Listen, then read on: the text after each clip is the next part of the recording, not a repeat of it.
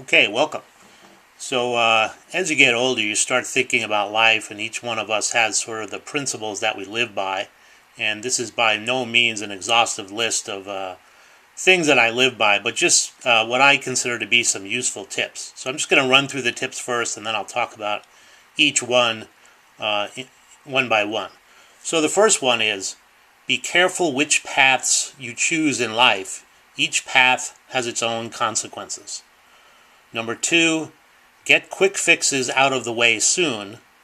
Number three, work on projects until they are completed, if possible, before starting the next project. Number four, try to surround yourself with smart people. Number five, get a good start. And I know this is something that's easy to say and sometimes tough to do. Number six, arrive early. Bring something to read. Number seven, don't take big risks to get small rewards. Number eight, understand when you have leverage and when you don't. Number nine, go with the probabilities. Number 10, speak up when necessary. In other words, don't be a sheep. And number 11, most things are negotiable. Now, you may have heard that as everything that is negotiable, but not everything is worth negotiating. So I would say most things are negotiable. All right, so let's go back to number one. Be careful which paths you choose in life. Each path has its own consequences. There's a television show out there called Breaking Bad, which is a really great show, and I suggest everybody watch I believe it's 6 seasons of it. Anyway, what it shows is the life of a normal guy, Walter White. He's a school teacher. He gets himself in some trouble financially and decides he's going to be a drug dealer. Well, if you choose the life of a drug dealer, there are certain things that come with that, right? What's going to happen is, well, you'll probably be shot at one point or another. You'll probably have to shoot at somebody at some point or another, maybe over money, or you'll end up in jail or doing time or end up in court. All of those things come with that. So once you choose the life of a drug dealer, understand that a lot of those other things are going to come with it. Some people think, well, I'll just be a drug dealer, but I won't shoot anyone, no one will shoot at me, and I won't end up in trouble with the law. Well, that usually doesn't work out that way. So once you choose a certain path, then other things come with that path. So be careful which path you choose.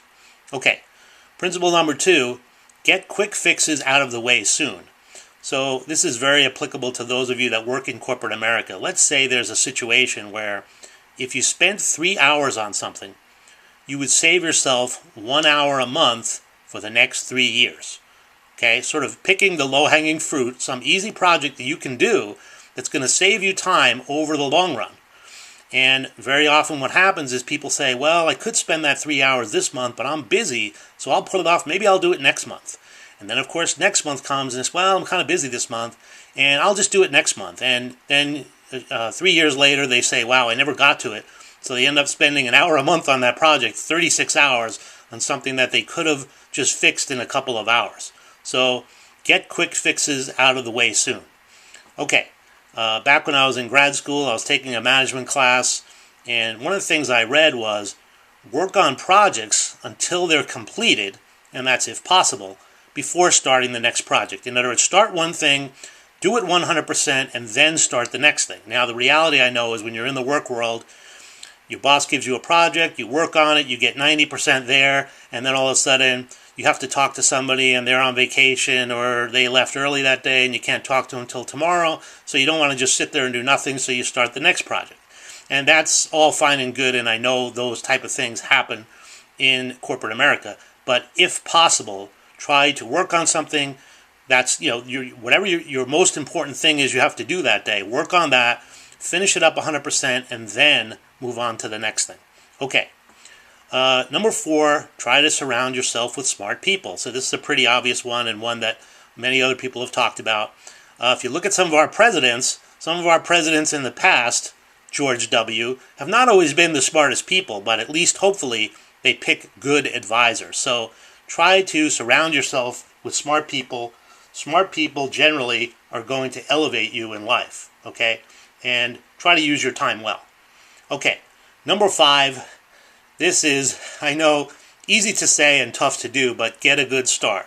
what do we see in sports? We see a basketball team or something, and they're in the first period, and they're down in the first period, 30-10. So they're down by 20 points, and then they play really, really hard, and then they end up losing the game, 100-96. So they fought a good fight back, but it wasn't enough to get over the bad start that they have. So if possible, get a good start. And how do you get a good start? Well, a lot of times it's by having good preparation.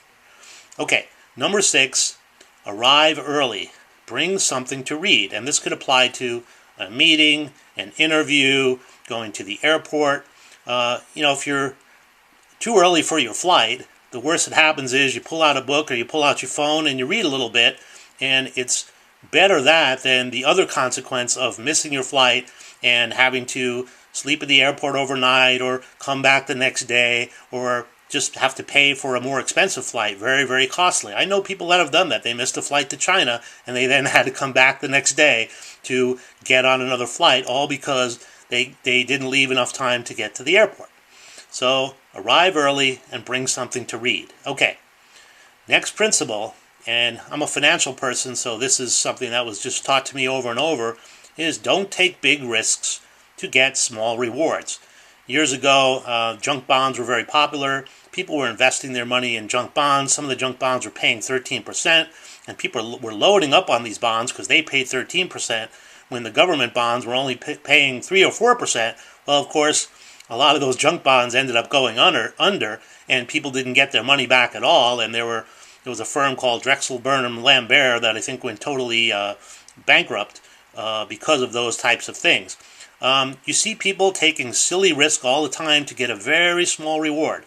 There's 2 roads that are merging. They've got their family in the car. They have to race ahead of the car in back of them just to be first so they can say to themselves, wow, I beat that guy, when really they're putting their family at risk. What could happen? Well, you can get in a car accident and kill your whole family. Would it really have been worth it just to say you're number 1?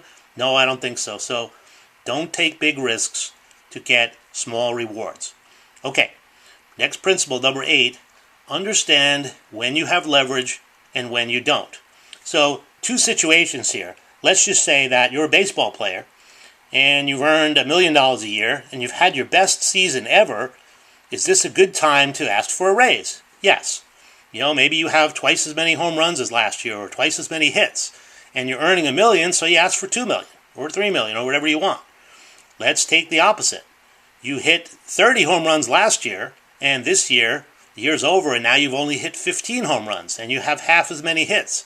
Is that a good time to ask for a raise? Not necessarily. You don't have a lot of leverage, because they're going to say, well, what did you do to deserve that extra raise? So best to ask for the raise when you've had a record year. Okay, so understand when you have leverage and when you don't. Okay, number 9, go with the probabilities. So years ago when I was young, I used to play a whole lot of blackjack. I lived in New York. I could drive to Atlantic City quite easily, and at least in the beginning I was always winning. And understand, even when you're playing a game of chance and you're at a negative disadvantage, there are times within the game that you actually have an advantage. For example, you have an 11, like combination of 6 and 5, you're playing blackjack, the dealer shows a 6, so you usually assume the down card is a 10, they've got 16. More than 50% of the time, the dealer is going to bust, meaning they're going to have to take a card and they're going to go over the 21 limit. So if you have 11, you can double your bet. If you've got $50 up there, you put up $50, another $50, and you get a card, and because the highest card can possibly, all a card could be is 10, the worst that can happen is you get 21, right? Which is a great thing. And even if you got a 3 and you've got 14, the dealer most likely is going to bust, so you're going to win your bet anyway. So when the odds are in your favor, go with the probabilities, right? Okay. Next one, speak up when necessary. Don't be a sheep. You do see people in corporate America that they're just not willing to speak up when it's pretty obvious that there's something wrong. They'll just be in a meeting and somebody says something they don't like, and maybe it's on something small, in which case, okay, you let it go. But sometimes there are big things, and people just are too afraid or just don't want to speak up. When I was in college, I was reading this pamphlet, and the guy was talking about, well, how do you get a lot out of your education? Well, choose good teachers, choose good classes, try to immerse yourself in what you're doing, participate, because you always learn better when you participate. In other words, don't be a sheep. Don't be just someone that sits there in class, never says anything, never pays attention, never participates. When necessary, speak up. Okay, next principle. Now I have this as most things are negotiable. You probably heard it as everything's negotiable, and in general that's true, but not everything is worth negotiating. For example, if I walk into McDonald's, and I very rarely walk into McDonald's because I don't particularly like McDonald's, but let's say I was going to buy a medium thing of fries. I have no idea what it is. Let's say it's $1.59. So I could ask the cashier, say, you know what, can I have a discount on this medium fries? And the cashier says no. And they say, well, can I speak to your supervisor? And the supervisor comes over and I say, well, I'm buying this thing of fries for a student or someone that's elderly and I want a discount. And he says no. And I ask him for the district manager's number. And, maybe, they send me to another store or whatever. And I end up getting, from that $1.59 worth of fries, I end up paying $1.25. But was it really worth it? In this case, no. So when are things worth negotiating? Well, when you're buying high-ticket items, things like cars, houses, furniture, generally high-ticket items are worth negotiating. Years ago, we used to buy a lot of furniture. And, for example, you want to go in and you buy a dresser, a nice dresser made of solid wood, and it'll be listed at $1,000. So you'd say, okay. And you have to understand when you're dealing with a small store, if you're dealing with the owner, you're more likely to get somewhere when you negotiate rather than if you walk into Sears and you're trying to negotiate with somebody that just works there. You walk into a small store and you're dealing with the owner, it's money in his pocket, so he's going to take a particular interest in it. So anyway, let's take the case of the dresser. It's $1,000, and I say to the owner, I say, if I buy that dresser, instead of $1,000, can I pay $500? Now, he may come back and say, you know what, I can't give it to you for $500, but I can give it to you for $800 and charge you no tax, which I actually had happen several times.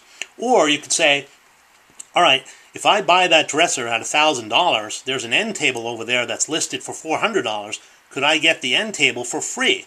And once again, he may say, the owner may come back and say, you know what, I'm not going to give it to you for free, but instead of $400, I'll charge you $200 and I'll give it to you for no tax. So, rule number 11 is most things are negotiable. This is John, and thanks for watching.